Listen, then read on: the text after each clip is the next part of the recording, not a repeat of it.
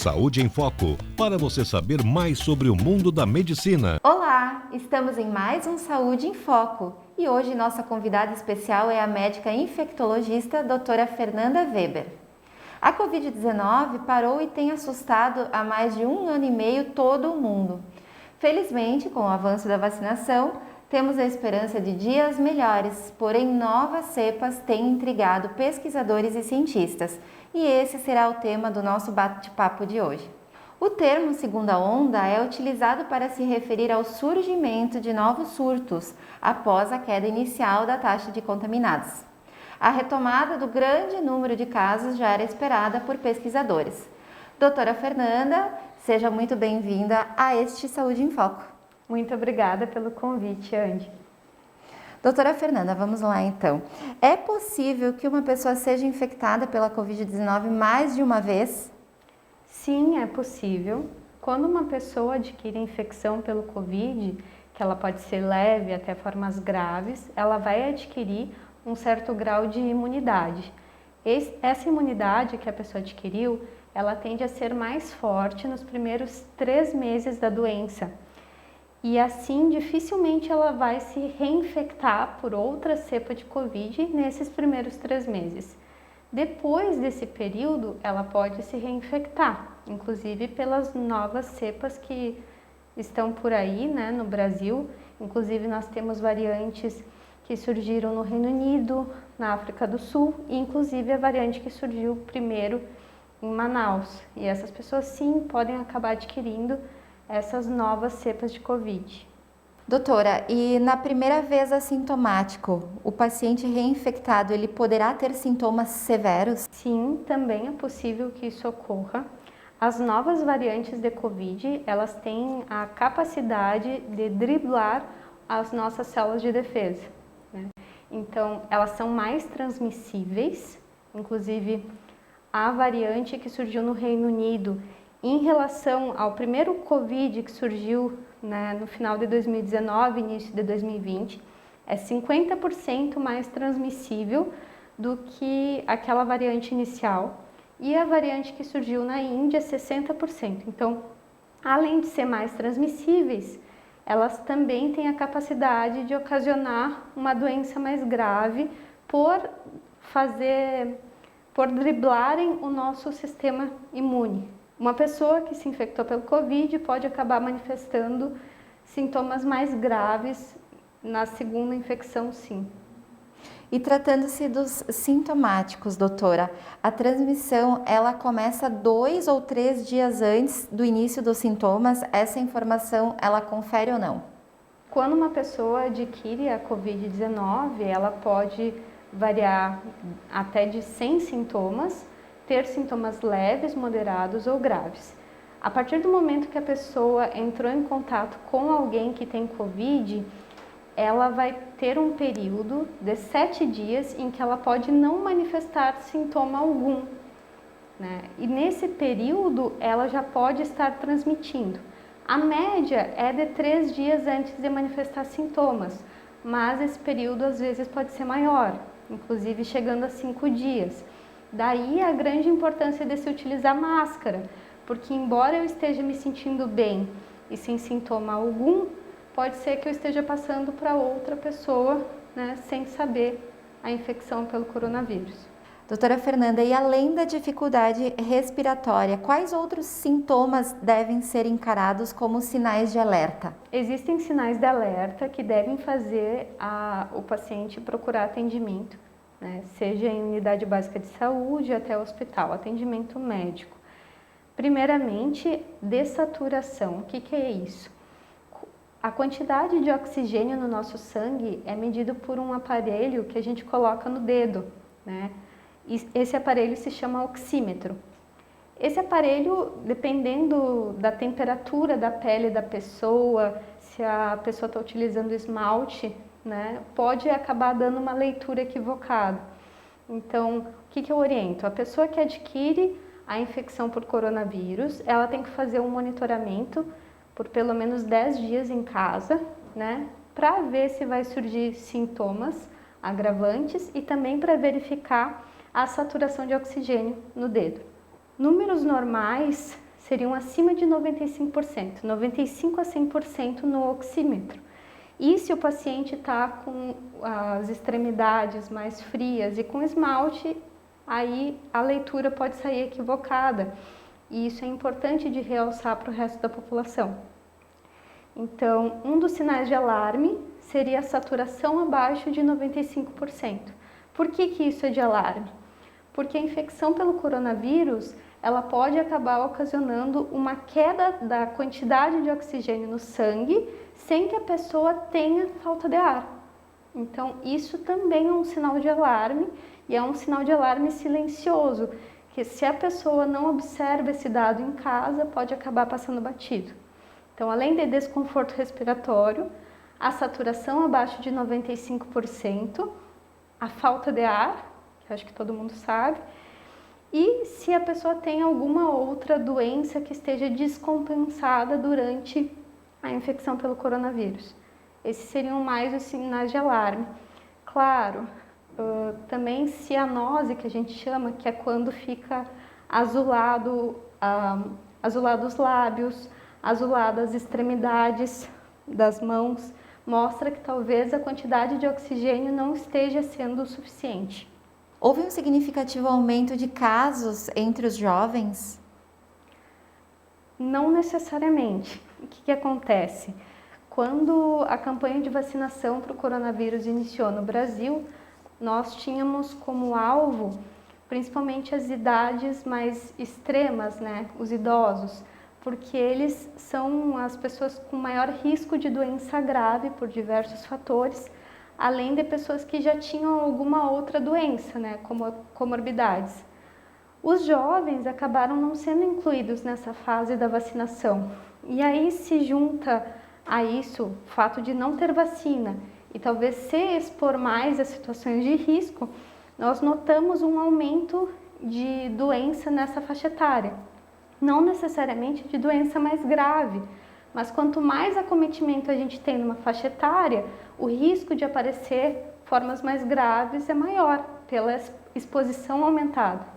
Então, sim, teve um aumento proporcional, mas provavelmente em decorrência também da vacinação. E quais são as variantes conhecidas do coronavírus? Existem 4 variantes que têm tido mais relevância nos últimos tempos. Surgiram em alguns países, mas atualmente estão disseminadas por todo o mundo. A primeira variante reconhecida surgiu no Reino Unido, né, a variante alfa. Depois nós tivemos outras variantes na África do Sul, beta. Também tivemos a variante que surgiu no Brasil, né, principalmente em Manaus, que é a gama. E depois, por último, a que está mais em voga, em discussão, no momento, a variante indiana, né, que é a delta. Essas são as 4 principais variantes hoje em dia, mas existem outras que acabam surgindo. E quanto maior as pessoas acabam aglomerando, maior o risco de surgirem novas variantes devido a isso. E doutora, com o que se sabe sobre as variantes do novo coronavírus, é possível afirmar que essas vacinas darão conta da pandemia? Nós temos diversos tipos de plataformas vacinais. Cada vacina tem uma forma, né, de funcionamento. Foram testadas algumas variantes, principalmente do Reino Unido, África do Sul e a brasileira, em algumas vacinas, inclusive a Coronavac, a vacina de Oxford, né, que são as 2 principais utilizadas no Brasil até o momento. E o que se verificou é que essas vacinas continuam conferindo proteção às novas variantes, porém uma proteção levemente menor, né? Essas variantes, em geral, elas têm a capacidade de driblar o nosso sistema imune. E aí, com isso, às vezes elas podem acabar driblando a vacina. Então, isso é algo que ainda vai ser estudado, se as pessoas vão precisar de novas doses, se as vacinas vão precisar, né, serem realizadas anualmente, com reforço, isso ainda não se sabe. Mas continua tendo alguma proteção. E daí a importância da vacinação em massa. E quem já tomou a vacina, quem já recebeu a vacina, pode continuar transmitindo o coronavírus? Depende da plataforma vacinal, né? A Coronavac, por exemplo, ela acaba não prevenindo a transmissão, mas o grande papel dela é impedir doença grave, eu estou protegendo aquele indivíduo. Porém, se ele pega a infecção e vai ter provavelmente uma infecção leve, né, a chance de transmitir continua ocorrendo. A vacina de Oxford, ela tem a capacidade, em torno de 60%, de impedir a transmissão do coronavírus. E dependendo então da vacina, esses estudos estão sendo feitos. Mas independente da vacina, não vamos gourmetizar a vacina, né? O mais importante é proteger o indivíduo. A pessoa não pode ficar escolhendo a vacina que vai tomar, porque o principal é o bem-estar social relativo a isso e proteger a si mesmo. Depois, em um segundo momento, essas questões vão ser melhor avaliadas. Há comentários que muito se tem falado que pessoas idosas precisarão repetir a dose da vacina no futuro próximo. Essa informação é verídica? Existem alguns estudos que têm avaliado o grau de imunogenicidade dessas vacinas em pessoas mais idosas, principalmente acima de 80 anos. Com a idade, as pessoas naturalmente têm uma queda das células de defesa. E com isso, a resposta delas às vacinas em geral, não só as vacinas para o coronavírus, vai ser menor. Então, acima de 80, provavelmente vai ser orientado no futuro um reforço para essa faixa etária. Doutora, e quando se pode considerar que uma pandemia está superada e se a gente tem alguma previsibilidade com relação ao coronavírus? Em relação ao coronavírus, essa resposta é delicada, porque se mostrou um vírus que tem uma capacidade bem grande de mutação e com isso ele também aumenta a chance de transmissão. A pandemia pode ser considerada controlada por hora a partir do momento que o número de casos estiver bem baixo em uma determinada população. Só que, levando em consideração o Brasil, sendo que cada estado está em uma fase de vacinação, cada povo tem os seus costumes, essa previsão é mais complicada ainda de se realizar. E diante das variantes, né? Retomando um pouquinho o assunto das variantes, algo mudou nas principais orientações de segurança? Um pouco. No início da pandemia, nós achávamos que a transmissão era respiratória, através de gotículas, e até por isso que nós estamos nesse distanciamento aqui. Com máscara. Com máscara, né?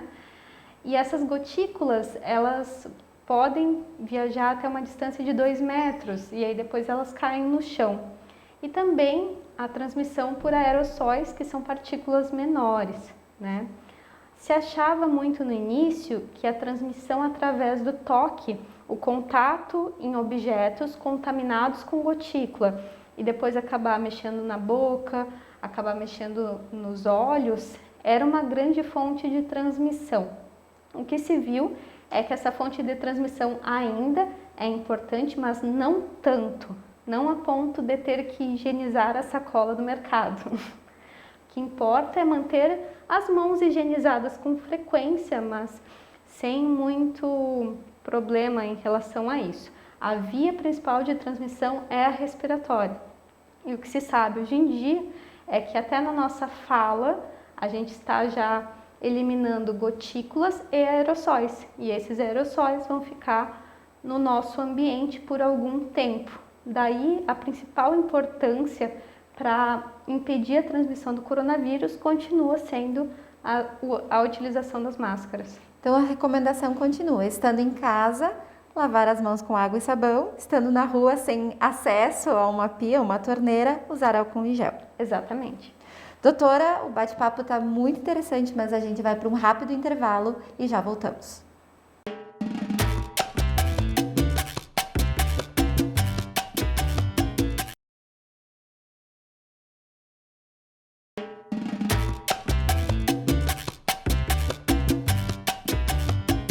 Voltamos com a doutora Fernanda Weber, ela que é infectologista e está conosco hoje abordando sobre transmissão, tratamento e vacinas para a Covid-19.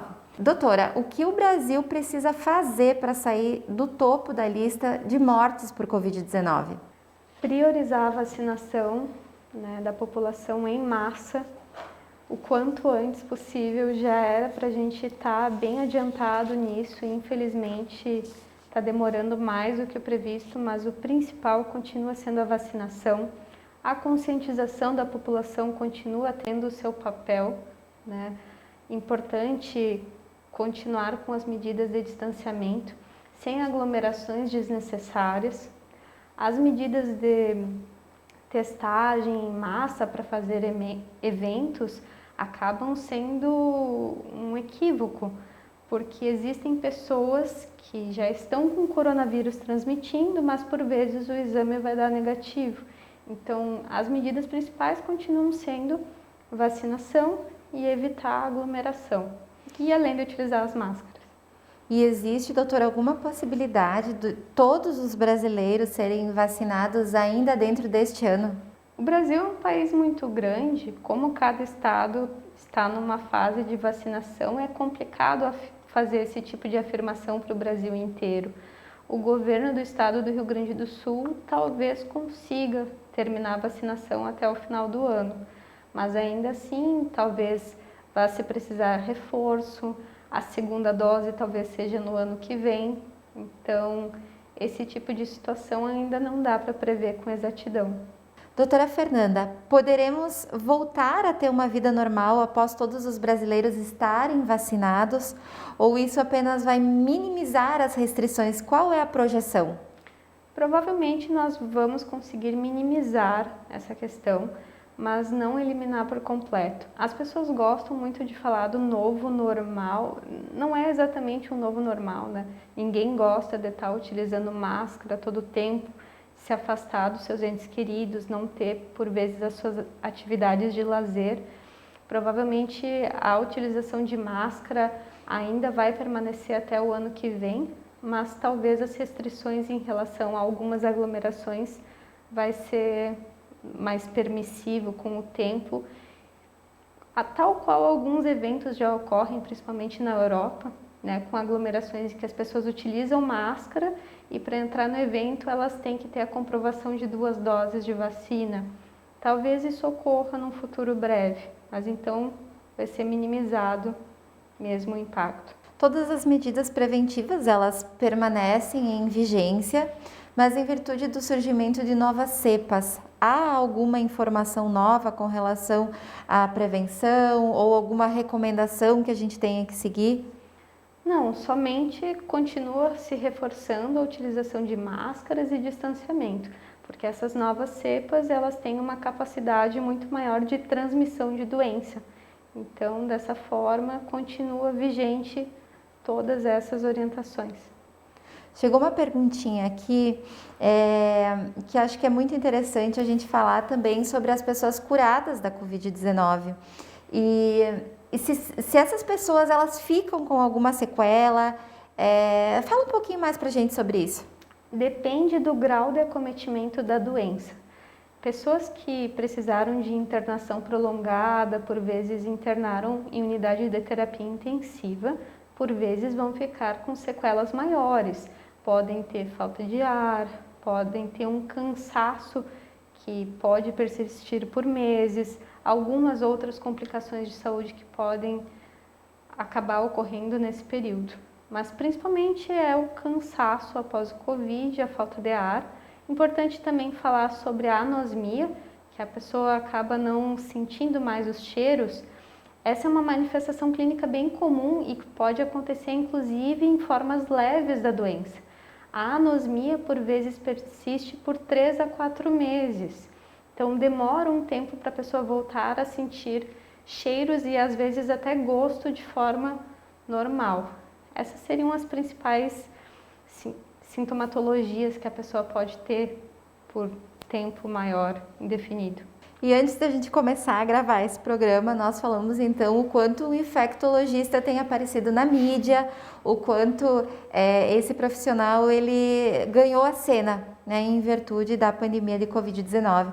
Então, doutora, eu queria te questionar que seja tanto na tua vida profissional ou na tua vida pessoal, se tu se deparou em algum momento numa situação relacionada à pandemia, à Covid-19, ao consultório, à rotina hospitalar, que isso tenha te marcado. Com certeza, não é me vitimizar. Acredito que a maioria dos profissionais da linha de frente, seja médicos, técnicos de enfermagem, enfermeiros, todos têm alguma história que marcou em relação a essa pandemia.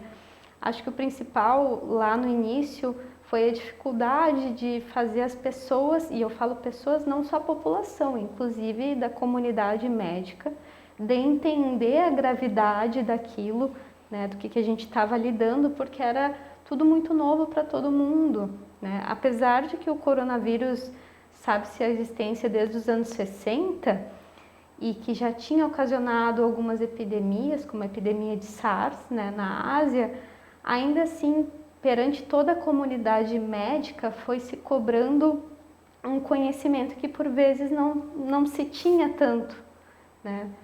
A população enxerga os médicos como sempre detentores de todo o conhecimento, mas acaba que cada especialidade tem o seu nicho de atuação, um maior conhecimento específico. Então, no início da pandemia, muita informação desencontrada e não por mal. Todo mundo estava tentando dar o seu melhor e se ajudar, mas acabava tendo esses problemas que confundiam a cabeça da população. E além disso, eu perdi muita gente querida, acho que todo mundo perdeu pelo menos algum conhecido, né? E agora, inclusive, pessoas jovens. Então, é pesado emocionalmente para o profissional que lida com isso no dia a dia, muito pesado. E, inclusive, algo que eu acho importante de realçar é que os profissionais são seres humanos e precisam do seu descanso também, porque um ano sem parar não tem como, né? Acho que isso foi o principal realmente que me marcou. Sobretudo, somos seres humanos, né? Com certeza. Doutora, deixa uma mensagem para a comunidade, então, que segue esperançosa. Alguns já foram vacinados, outros não. Como infectologista, então, uma palavra de motivação, uma palavra que a gente possa deixar para quem está nos assistindo. Eu sei que está todo mundo dando o seu melhor. É um período difícil, principalmente economicamente, mas é aquilo que eu sempre falo. Dói no bolso algumas coisas hoje em dia, mas nada supera a vida, né? Eu fico muito tranquila de saber que a minha família, parte dela se encontra vacinada, a outra parte continua mantendo as medidas de distanciamento, de utilização de máscaras. Então, creio que isso seja o mais importante para a população, não esmorecer, continuar lutando. A gente sabe que é difícil, está difícil para todo mundo, né? Para profissional de saúde, para quem não é, mas não esmorecer, porque é uma doença que continua ocasionando fatalidades. Doutora Fernanda, agradeço então, em nome do Hospital Beneficente São Pedro, a tua presença aqui no Saúde em Foco. Muito obrigada, viu, Andy? Me deixou super bem à vontade e estou à disposição sempre que precisar. Nós que agradecemos. Esperamos então o avanço da vacinação para que as restrições sejam flexibilizadas, tantas famílias enlutadas, profissionais exaustos, negócios passando por grandes dificuldades. Esperamos que esse quadro mude logo. Até a próxima.